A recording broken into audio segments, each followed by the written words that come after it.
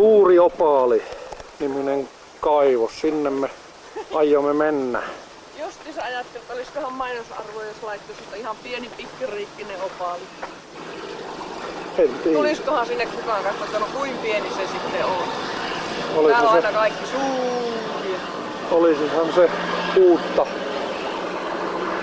uutta mainostustapaa sekin. Elikkä maan alle aiomme nyt mennä. Back so you don't leave it in our video, eh? Yep. Once again. Okay. Your turn taking a cup of coffee down, don't spill it.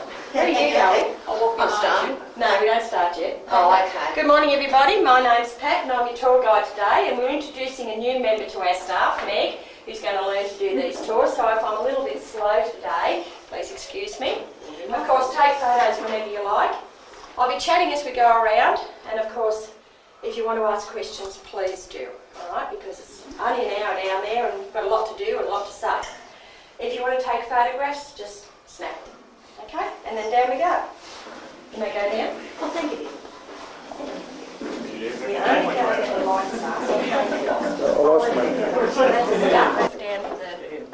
Käveltiin niin syvälle, että arvelin, että Suomi tulee kohta. It's easy. Tää on ihan pyörä. It's actually easier than when I was doing it when I first came up. You can turn around, you can lean on a pole and it'll all settle in a minute, yeah? We often say don't recommend this after a heavy night out. No, not good. Not good for the stomach nor the balance. Okay. We are down 77 feet.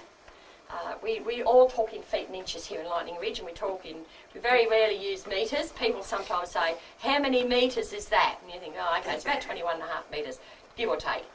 But actually we're down 77 feet and we're working in the second clay level.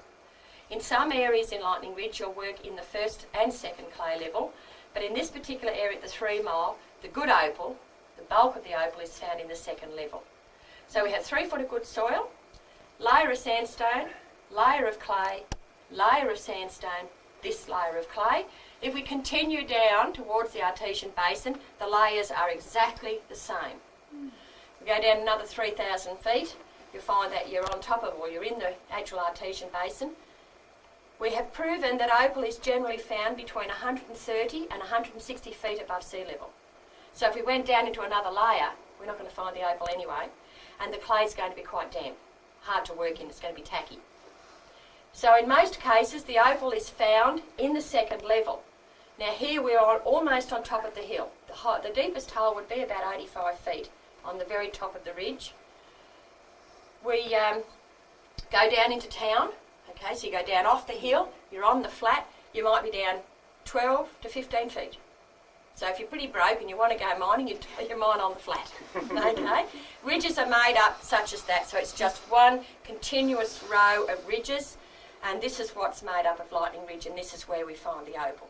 And the ridges were formed millions of years ago when the earth was hot and eruptive, and this is how it was formed. Okay, the clay is generally found between 5 and 7 foot thick, so it's a workable area. In rare cases do you have to get on your hands and knees, and only then if there's opal popping out the wall, of course. Then you do anything to get there. But basically it's between 5 and 7 foot thick, so it's a very good work area, and it means that the miners can work with a 6 to 8 foot drive, this is what we call our tunnels, and with a 7 foot ceiling, it's a very workable area. Okay, follow me this way, guys. Follow there. Okay, because most miners are self-employed, they can work any area at any time they like. They worked this area about 6 months ago when there was a wall here, and they took all of this dirt out and found quite a little bit of seam opal, good crystal. They went around the other side and they were working close to where the hoist is, and then for some reason they've come back here. All our work is here, and this is where we work. We shine very strong lights. I've turned that one around because it's so bright. But we work with strong lights shining on the face so that any opal that might appear in the wall by using the jackhammer or the handpick means that the light will reflect the colour, and we stop then and we make sure we gouge it out by hand.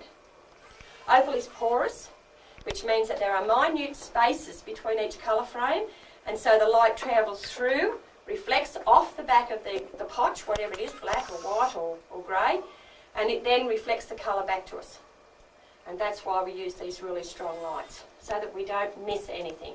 But you only need a handful of stones, cut and polished, that might look like that, right? Handful, half a handful, that could be worth $150,000. If you had a piece of opal, cut and polished, the size of a garden pea, would weigh about 1 carat. It would had a black back, a really dark black back, so sort of velvet black, with all the colours of the rainbow, starting with purple, blue, green, yellow, orange, red, could be worth $10,000. The highest priced stone ever was the Cleopatra, and it was about that size actually, 57 carats. It was given the highest price tag of $16,000 a carat. Okay, brought it up to about $914,000. The lady that owns it still wanted $17,000 a carat, which would have given her very close to $1 million. She was offered $15,000 a carat, which was about $875,000, okay, and she refused. Now that lady could sit on that stone in another 5, maybe 10 years, she will get her $1 million, because opal does not drop in value. It's a rare commodity.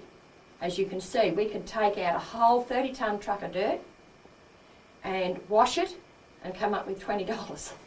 We could take a 30-tonne truck of dirt and come up with $1.5 million. And that's what nature does. It's just luck of the game. So opal, being very rare and being very much in demand, means that it is a commodity that will not fluctuate. We get minor fluctuations on the fields depending on the climate here. However, an opal that was bought 20 years ago and paid maybe $1,000 for could very well be close to $8,000 or $9,000 today on that quality. So opal is something that will always grow in value. It's not like gold where it fluctuates daily. The rust factor, you would have noticed as we came around a few of those corners there were some very old rusty wheelbarrows. That's the rust factor down here. It's quite severe. Early this year, when it was quiet here during the summer months, we did a month's maintenance on the stairs, simply because of the rust factor. Okay. If you're going to go away for the summer, you don't want to be here, you can afford to go to the coast for 3 months, you make sure all your gear is taken out of the hole. It will rust quite severely. When we worked at the 9 Mile, we stopped working. We moved into town for a couple of years. We went back out to reopen and redo the mine, and we found that a few things that we did leave down there, like a hammer and a couple of chisels, were so rusted we had to really scrape them back to even find what they were. It was just awful. So of course you can see our poor old bucket here is very dilapidated. We need a new bucket, and these can be handmade. You can make them yourself, or you can use